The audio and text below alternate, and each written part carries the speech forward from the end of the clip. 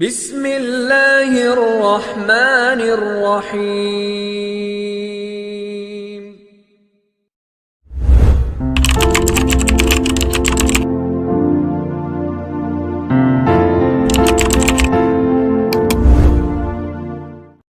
محبت اور غصے میں اصل حقیقت نظر نہیں آتی۔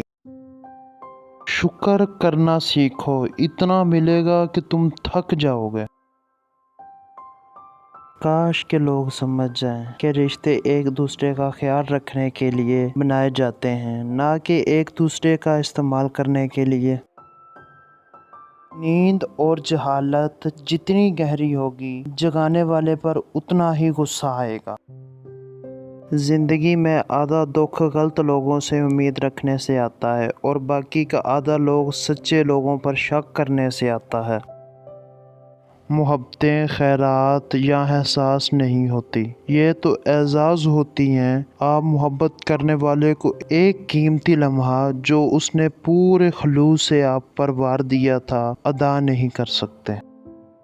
سب سے بڑی دلیری یہ ہے کہ بندے خود کو وہی ظاہر کرنے کی جرات کرے جو وہ واقعہ میں ہیں۔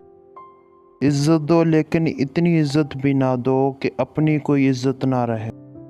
اپنے سب راز اس رب کو بتایا کرو، یقین مانو اس سے بڑھ کر پردہ رکھنے والا کوئی نہیں ہے۔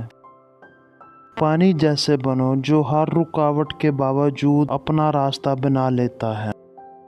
جو شخص آپ کی قدر نہیں کرتا، اس سے چپ چاپ دور ہو جانا ہی بہتر ہے۔